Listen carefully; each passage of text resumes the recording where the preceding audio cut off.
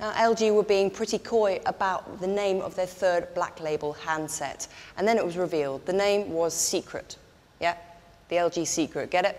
Yeah, very amusing. I thought so too.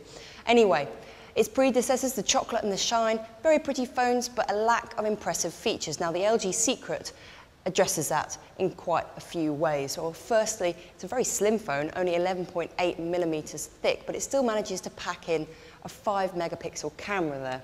Its other impressive feature is this touchscreen on the front. As you'll see, it's a slider, but your main port of call for all your navigational needs will be this small touchscreen down the bottom here. Now, not all the phone is touchscreen all the time, which I find a little bit odd. If you press the touch button here, you will be able to access your multimedia using touch. So if I go into photo there, I can easily tap my way through all my photos. Let's have a look at one there.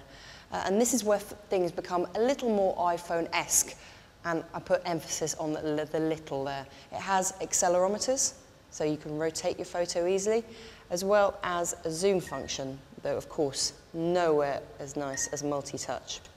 In fact, this is where, for me, the LG Secret falls flat on its face, because the touch buttons are incredibly unresponsive and very fickle in whether they work at all sometimes.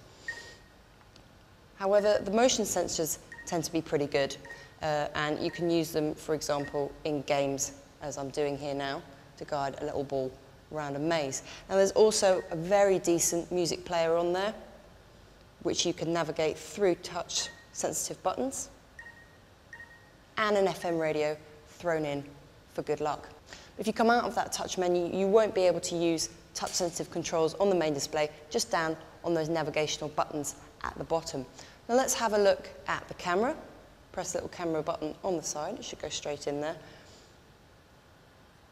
As you see, there is a wealth of camera settings to help you get that perfect picture. It's not going to be as good as a CyberShot, even though it's 5 megapixels, no Xenon flash, no Carl Zeiss lens, but you do get the next best, which is a power LED there.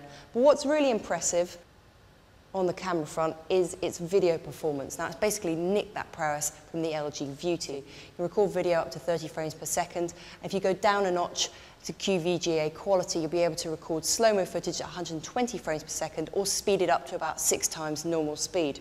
Finally, the web browsing, HSDPA standards, so you're going to have fast 3.5G downloads, and you can flip the screen horizontal, so web browsing, although not up to that of the iPhone, it's going to be a little bit more pleasurable on the eyes.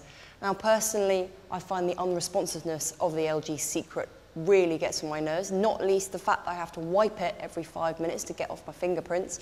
But if you're prepared to sacrifice that for a bit of super slim and sexy top tech, this is the LG Secret.